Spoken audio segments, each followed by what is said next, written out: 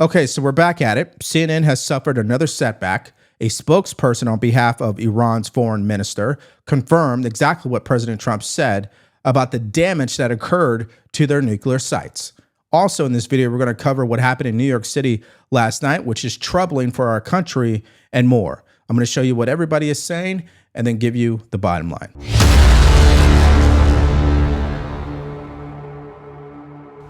It goes without saying, of course, the pilots and service members involved in this mission deserve honor and respect for carrying out a dangerous, risky mission assigned by their commander-in-chief.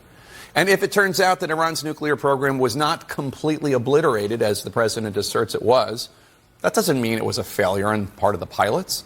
The bunker buster bombs they dropped had never been used before, and there was always a question as to how much damage they could actually do. No one is questioning whether this was a heroic and valiant effort on behalf of the United States. The key questions for the American people and the world are simply about the degree of success of the operation and the current state of Iran's nuclear weapons program, and what the intelligence, not the politicians, what the intelligence reveals. Our obligation as journalists is not to praise President Trump or protect his feelings or to disparage him or to praise him for that matter. Our obligation is to report facts.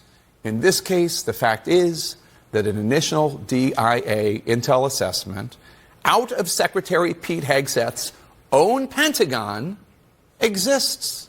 Start off this video by hearing this rant from Fake Tapper. Okay, this is a guy who's cashing in on Joe Biden's mental decline, but didn't even apply that same standard that he's crying about in this video about how journalists, our job is to get to the truth and report the facts. Where was that under Joe Biden?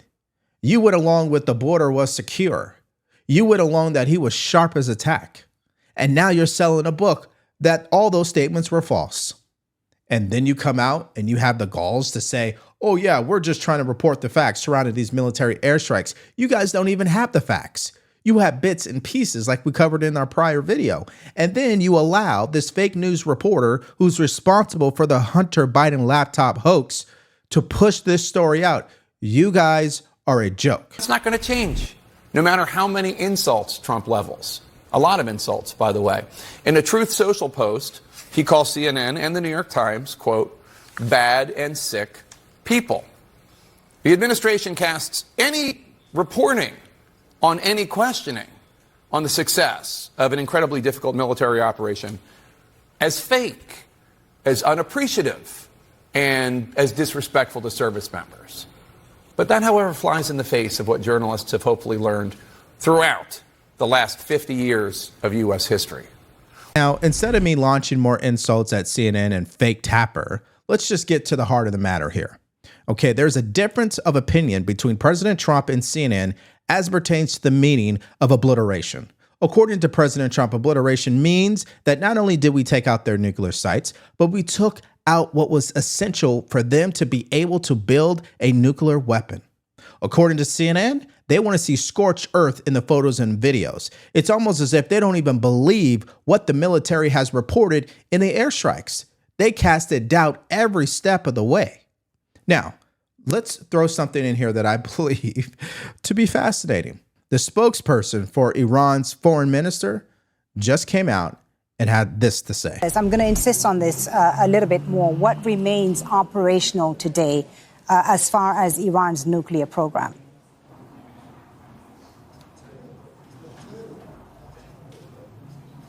I have nothing to add on this matter because it's a matter of technical issue. Our Atomic Energy Organization and other relevant agencies are working on that. But yes, our nuclear installations have been badly damaged, that's for sure, because it has come under repeated attacks by Israeli and American aggressors. I forget the interesting detail that's been kind of swept under the rug here is that this assessment report, according to the Pentagon, was marked low confidence and tentative, meaning, hey, we don't really have enough information to even put this out, but we got to put something out. I mean, if that doesn't tell you why what CNN is doing is just totally wrong, I don't know what will. A tentative report that is marked low confidence is what CNN ran with. And the whole network for 24 to 48 hours was all about how the military airstrikes were ineffective. Let's bring in Fox News chief political analyst Britt Hume. Britt, good evening. You know, there's a lot of this back and forth, but there are kind of broader issues here to look at about the strike and the fallout from it. Well, Brett, the best thing you can say about that preliminary report that leaked out yesterday was that it was very, very tentative and very, very early, and it was marked as low confidence. There's only so much you can know about underground damage from massive bombing in the 48 or 72 hours after it happens, because in order to really know, you'd have to be in there.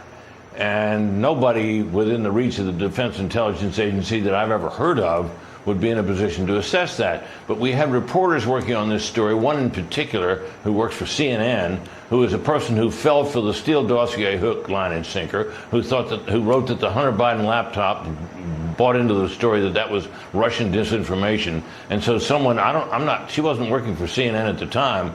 It's not clear to me how she ever got a job there, but CNN took her anyway, and now she's doing this kind of stuff. So, I think that the subsequent intelligence reports we've heard about are more reliable, but, this all has to await a longer-term situation in which somebody's going to have to get in there and really find out. But the Iranians themselves were saying today that their nuclear program was badly damaged. So maybe we ought to rest with that. You guys know I'm a bottom line, results-driven type of guy. I don't care what you call it. Badly damaged, severely damaged, obliterated, destroyed, dismantled, whatever word you want, CNN. But in the end, what I want to know for sure, did we damage Iran's ability to build nuclear weapons? Yes or no? That's all that really matters. I think you also have to understand that initial reports are often based on the initial information received by analysts at the time. And this was very early on after the attacks were being reviewed. So the analysts at the time may not have even known the complete extent to which the Israelis and the United States had conducted all of their attacks. And keep in mind, we're talking about attacks at multiple sites. So what does that mean? So if you look at a site and you say moderate to severe damage, well, at the Iraq plutonium facility, it appears that the Israelis have destroyed the reactor. But based upon imagery, I understand that the heavy water facility next door has moderate damage. So you could have in a sentence the phrase moderate to severe damage.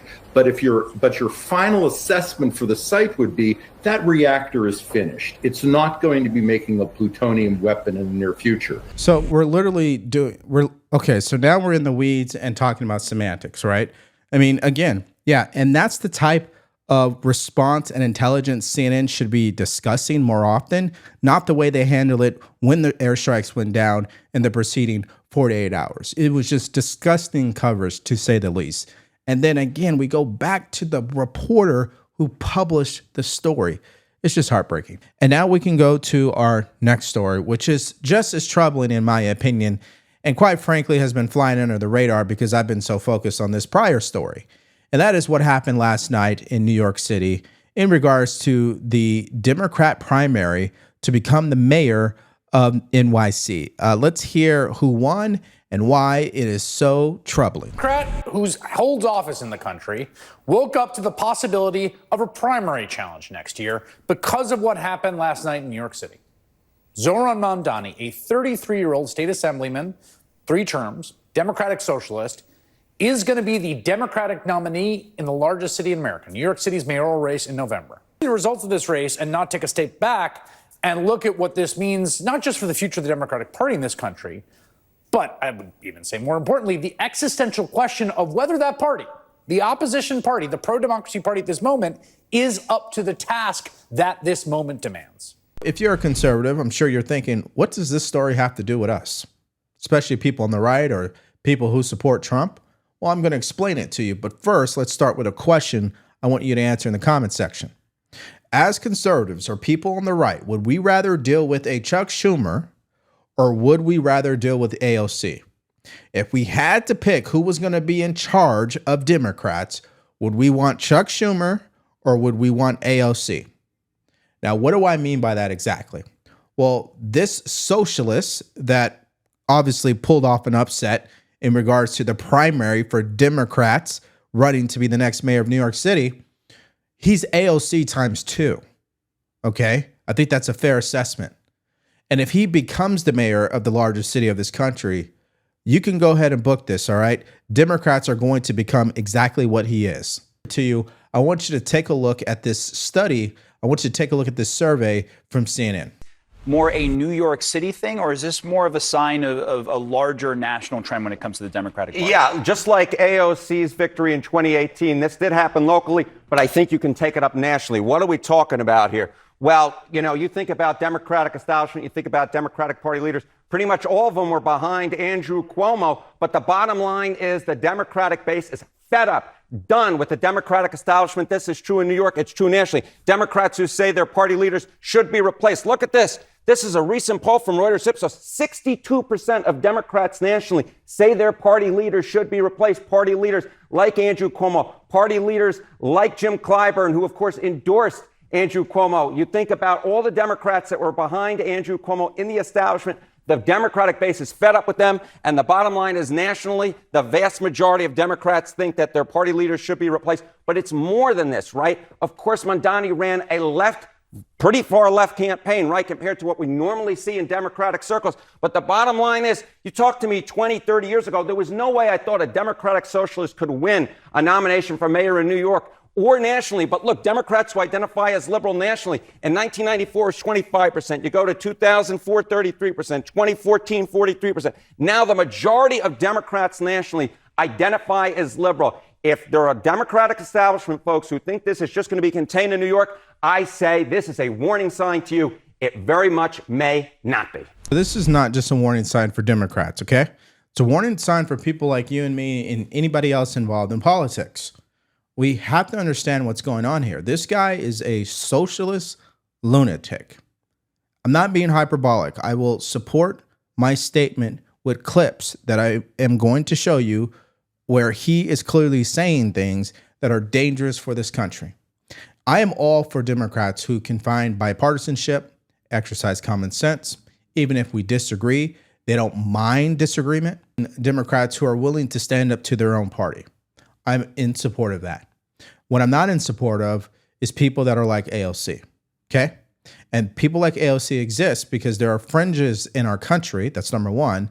And number two, they seem to be very populist driven, but their ideas are destructive to this country. Now, to back up my statement, so you know I'm not just blowing smoke, listen to Mamdani himself say this. Police force should not be assisting ICE. Defund the NYPD and refund all of these different social services. I will create a network of city-owned grocery stores. It's like a public option for produce. How many more New Yorkers? How many more New Yorkers will you detain?